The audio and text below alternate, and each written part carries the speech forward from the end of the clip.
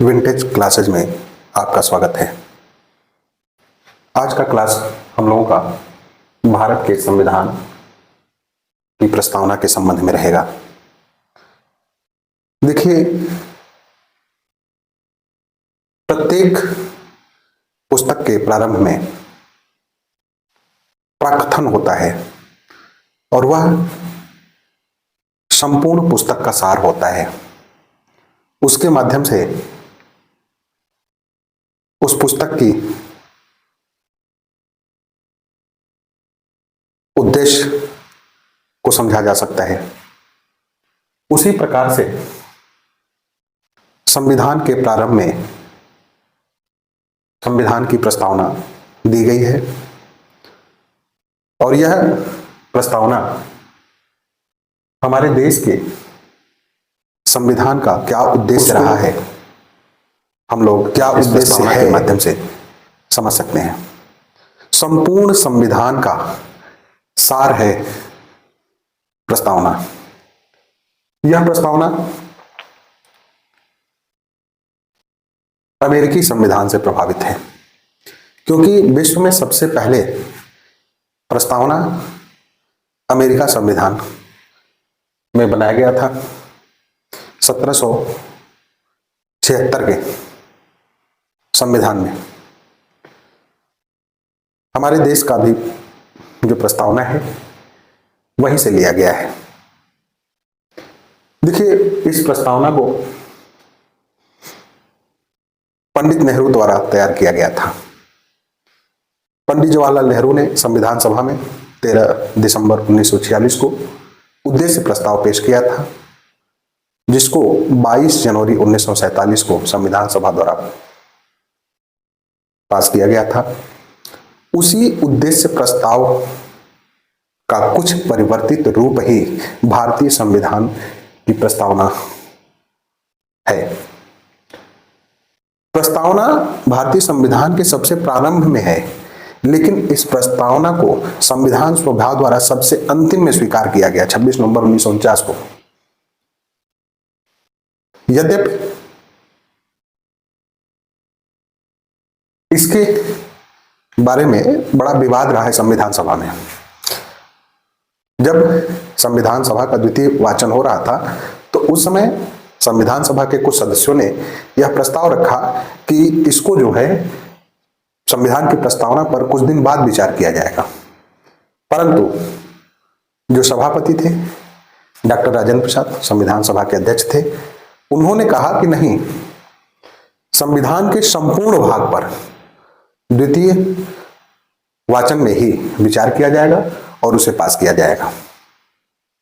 ठीक है, तो इस तरह से इसे संविधान का अंग माना उन्होंने। इसके बारे में बहुत सारे प्रश्न पूछे जाते हैं, जिससे जब यह संविधान बना और उसमें इसको सम्मिलित किया गया तो उस समय इसमें 85 शब्द थे और बाद में 42वें संविधान संशोधन द्वारा 42वें संविधान संशोधन में 3 शब्द जोड़े गए: समाजवादी, पंथनिरपेक्ष और अखंडता। इन तीनों शब्दों को 42वें संविधान संशोधन अधिनियम 1976 के माध्यम से जोड़ा गया था। किसके माध्यम से? 1976 के माध्यम से, 42वें संविधान संशोधन के माध्यम से। ठीक है, इसको एक बार हम पढ़ते हैं, क्योंकि सारी संविधान की विशेषताएं, इसके एक एक शब्द हमारे देश के संविधान की विशेषताओं को प्रदर्शित करता है। यहां दिया है कि हम भारत के लोग भारत को एक संपूर्ण प्रभुत्व संपन्न, समाजवादी, पंथनिरपेक्ष, लोकतांत्रिक गणराज्य बनाने के लिए, ये देखिए जो शब्द दिए गए हैं वो क्रम से होने चाहिए, क्योंकि बहुत सारी परीक्षाओं में हमारे सामने आए हैं प्रश्न, उसमें इन शब्दों का क्रम ही देता है बनाने के लिए। सबसे पहले तो इन शब्दों का क्रम देता है बनाने के लिए।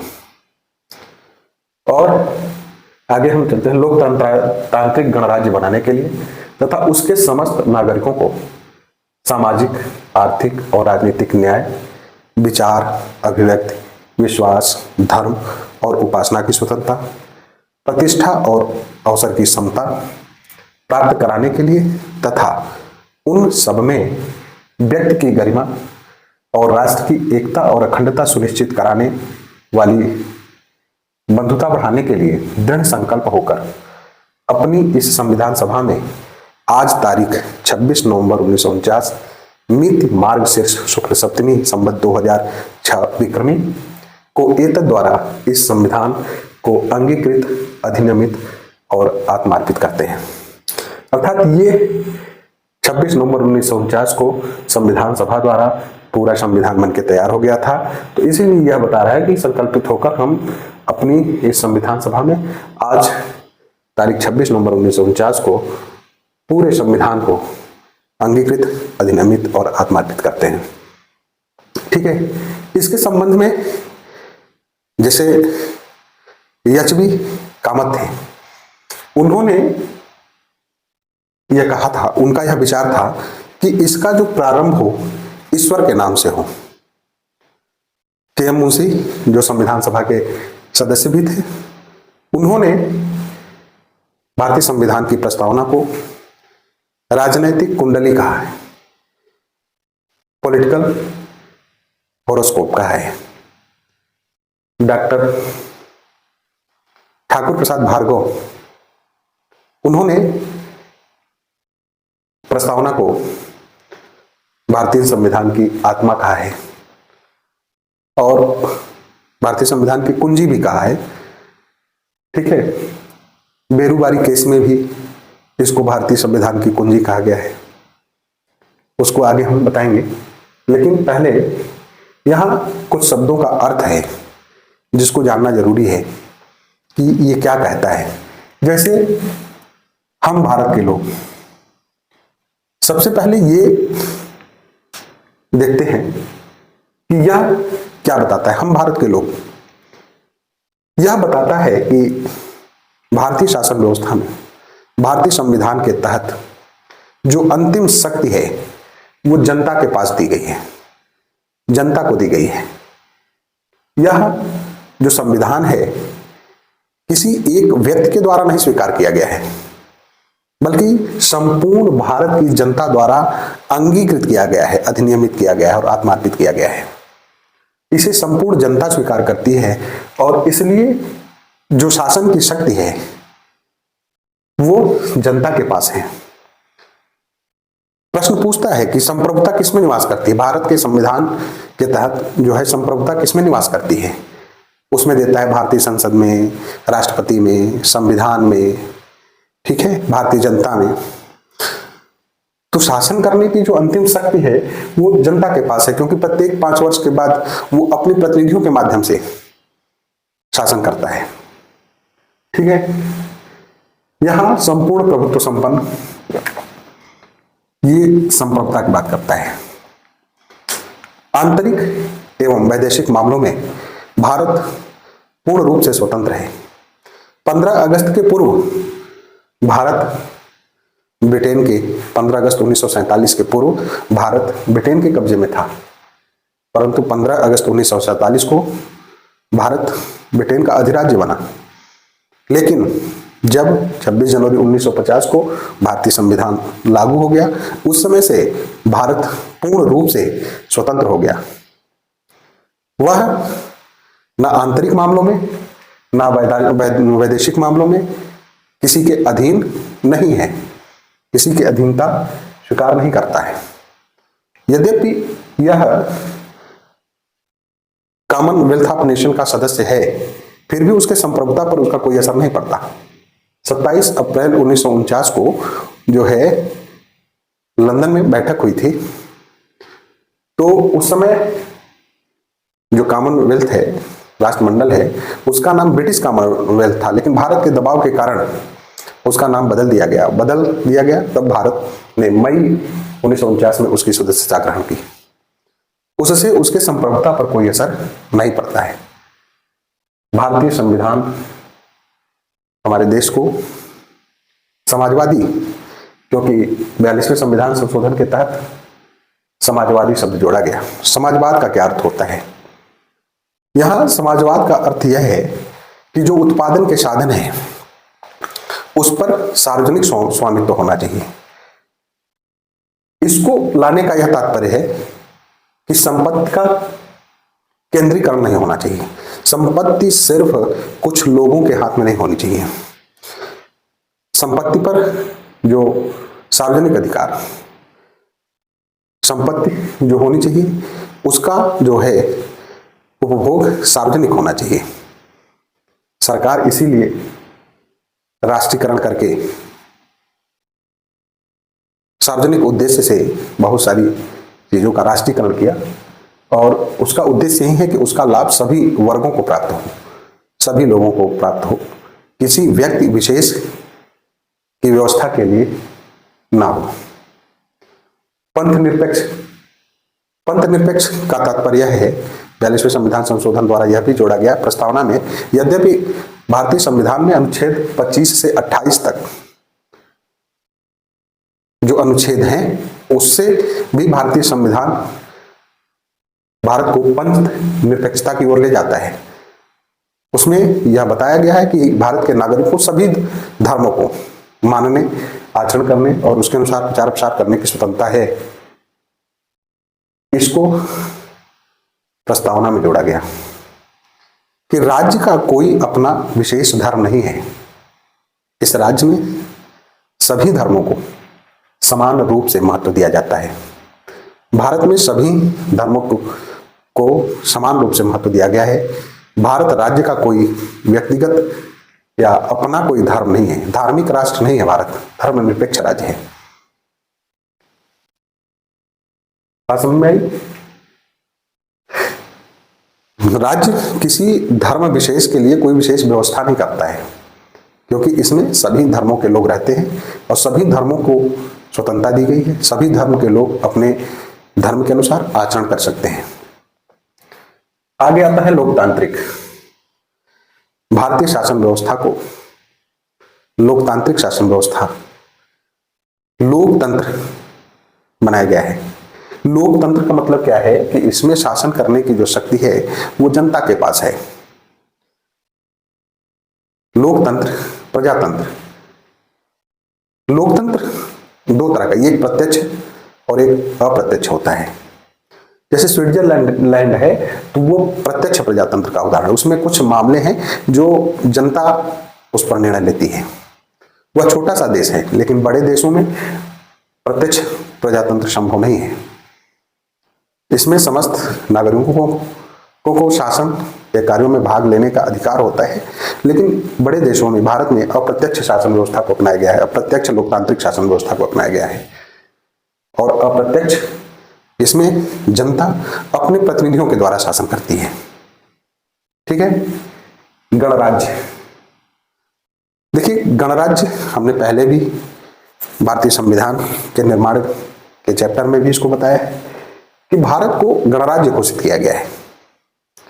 गणराज्य वो राष्ट्र होता है, वो देश होता है जिसका जो सबसे बड़ा संवैधानिक पद, या यूं कहे कि हेड ऑफ द स्टेट, जो राज्य का सबसे बड़ा संवैधानिक पद है, उसका उस पर बैठने वाला व्यक्ति जनता द्वारा चुना हुआ होना चाहिए, प्रत्यक्ष या अप्रत्यक्ष रूप से। तो भारत में सर्वोच्च संवैधानिक पद है राष्ट्रपति का, और हमारे देश का जो राष्ट्रपति है वो जनता द्वारा अप्रत्यक्ष रूप से जनता के चुने हुए सदस्यों द्वारा चुना जाता है उसको। इसलिए इसे गणराज्य बनाया गया है, गणराज्य घोषित किया गया है। तो यह क्लियर हो गया। यह भी पूछा है कि गणराज्य किसे कहते हैं। ब्रिटेन को गणराज्य नहीं कहा जा सकता, क्योंकि ब्रिटेन में जो सर्वोच्च पद है उस पर जो अधिकार है वो राजा का है, रानी का है। वह जो पद प्राप्त होता है वो उत्तराधिकार के माध्यम से उत्तराधिकार के माध्यम से होता है, न कि जो है निर्वाचन के माध्यम से, जनता द्वारा चुना हुआ नहीं होता है वो। इसलिए ब्रिटेन को गणराज्य नहीं कहा जाता है। वहीं अमेरिका गणराज्य है। आगे भारतीय संविधान का जो उद्देश्य है वो सामाजिक, आर्थिक और राजनीतिक न्याय दिलाना है। सामाजिक न्याय का मतलब क्या होता है कि भारत में किसी भी व्यक्ति के साथ जाति, धर्म, वंश, लिंग या इनमें से किसी के आधार पर कोई भेदभाव नहीं किया जाएगा।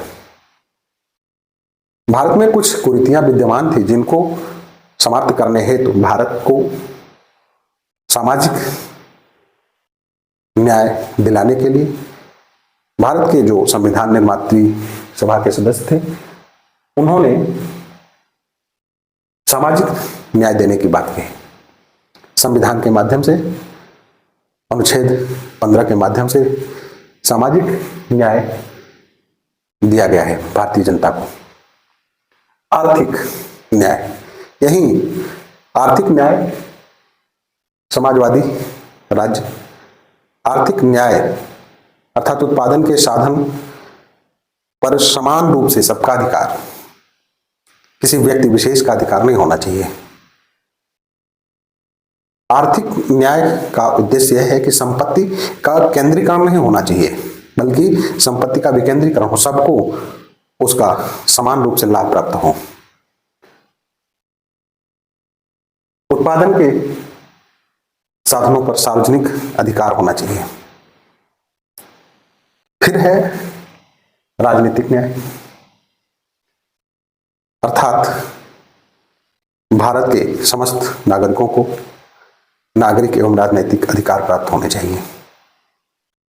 यह दिया भी गया है अनुच्छेद 19 के माध्यम से। 19 की जो स्वतंत्रता दी गई, 19 में समानता का जो अधिकार दिया गया है उसके माध्यम से समस्त नागरिकों को राजनीतिक और जिसे राजनीतिक न्याय अर्थात शासन के कार्यों में भाग लेने के लिए किसी के साथ भेदभाव नहीं किया जाना चाहिए। उसमें यह कहा गया कि किसी को उसकी संपत्ति या उसकी योग्यता के आधार पर कोई भेदभाव नहीं किया जाएगा। राजनीतिक पद देते वक्त किसी को उसके जाति, धर्म, वंश और शैक्षिक योग्यता, संपत्ति के आधार पर कोई विशेष व्यवस्था नहीं की जाएगी। राजनीतिक पदों पर चुने जाने के लिए सबको समान अवसर मिलेगा और यह व्यवस्था भारतीय संविधान के तहत भारतीय शासन व्यवस्था में परिलक्षित होती है। विचार, अभिव्यक्ति, विश्वास, धर्म और उपासना की स्वतंत्रता, अनुच्छेद 19(1) क में भारत के समस्त नागरिकों को विचार अभिव्यक्ति की स्वतंत्रता दी गई है। सभी व्यक्ति अपने विचारों को अभिव्यक्त कर सकते हैं। सबको अपनी बात कहने का अधिकार है। सबको समान अवसर दिया जाता है, समान स्वतंत्रता है। देखिए, स्वतंत्रता के अभाव में कोई भी व्यक्ति अपने व्यक्तित्व का विकास नहीं कर सकता। इसलिए ये जितने भी, जैसे धर्म की स्वतंत्रता है, उपासना की स्वतंत्रता है, धर्म की स्वतंत्रता 25 से 28 तक दी गई है। ये सारी स्वतंत्रता व्यक्ति के विकास हेतु, व्यक्ति के व्यक्तित्व के विकास हेतु आवश्यक है। प्रतिष्ठा और अवसर की समता, प्रत्येक व्यक्ति को उसको उसकी प्रतिष्ठा बनाए रखने के लिए और भेदभाव के बिना उसको सम्मान दिया जाए। यहां देखिए, भारत में हर वर्ण के लोग हैं, हर वर्ग के हैं, गरीब हैं, अमीर हैं, सारे लोग हैं, लेकिन शासन व्यवस्था की तरफ से कोई भी भेदभाव नहीं किया जाता है, क्योंकि उस सबके प्रतिष्ठा का ध्यान रखा गया है। ऐसा नहीं है कि कोई अधिनियम बनता है, कोई कानून बनता है या सरकार कोई भी व्यवस्था करती है तो अमीरों के लिए अलग, गरीबों के लिए अलग, ऐसा नहीं है। सबको, अनुच्छेद 14 सबको कानून का समान संरक्षण। और फिर आगे अवसर की समता है। प्रत्येक व्यक्तियों को उसके विकास के लिए जो अवसर दिया जाना है वो समान रूप से दिया जाएगा। अनुच्छेद 16 में जैसे लोक नियोजन में अवसर की समता, यह बताता है कि भारतीय संविधान किसी भी व्यक्ति को भेदभाव के आधार पर सरकारी नौकरियों में नहीं रखता है। सरकारी नौकरी हो या कानून हो, कानून का व्यवस्था हो, सब में सबको समान रूप से अवसर दिया जाता है। व्यक्ति की गरिमा और राष्ट्र की एकता की बात की गई है इसमें। एकता का मतलब यह है कि इस संविधान के द्वारा भारत में, देखिए, भारत में दूर दूर लोग, विभिन्न जाति धर्म वर्ण के लोग रहते हैं। सभी लोगों में एकता की भावना, स्नेह की भावना होनी चाहिए। कोई भेदभाव नहीं होना चाहिए, एक दूसरे के प्रति द्वेष की भावना नहीं होनी चाहिए, भ्रातृत्व की भावना होनी चाहिए, बंधुता की भावना होनी चाहिए। इसीलिए यहां अखंडता और सुनिश्चित कराने वाली बंधुता बढ़ाने के लिए हमारे देश के संविधान का जो उद्देश्य है वसुधैव कुटुंबकम का है, चाहे वो इंटरनेशनल मामलों में हो, चाहे आंतरिक मामलों में हो। सबके साथ यह बंधुता की भावना से जुड़ा हुआ है। सभी लोगों के अंदर, भारत की जनता के अंदर, सभी नागरिकों के अंदर बंधुता की भावना का विकास होना चाहिए। यह भारतीय संविधान का उद्देश्य है। अखंडता का तात्पर्य है कि समस्त राज्यों को एक सूत्र में बांध के रखा जाए।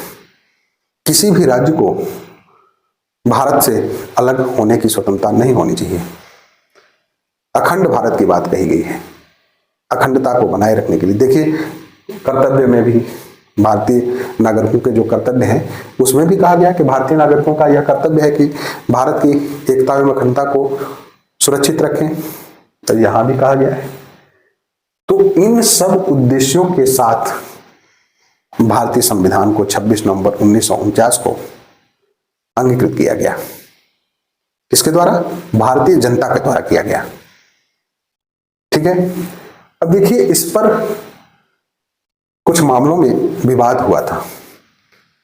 यह हुआ कि भारतीय संविधान की जो प्रस्तावना है वो भारतीय संविधान का अंग है कि नहीं है। इस मामले में बेरुबारी केस में यह बात कही गई कि भारतीय संविधान की जो प्रस्तावना है वो भारतीय संविधान की कुंजी तो है, लेकिन भारतीय संविधान का अंग उसको स्वीकार नहीं किया गया। बाद में सज्जन सिंह बनाम राजस्थान राज्य में यह कहा गया कि भारतीय संविधान की जो प्रस्तावना है वो कुछ अंश में वह भारत की संविधान का अंग है और कुछ अंश में वह भारतीय संविधान का अंग नहीं है। बाद में गोलकनाथ बनाम पंजाब राज्य में भी इसको भारतीय संविधान का अंग नहीं माना गया। लेकिन केशवानंद बनाम केरल राज्य के मामले में भारतीय संविधान की प्रस्तावना को भारतीय संविधान का अंग माना गया और यह कहा गया कि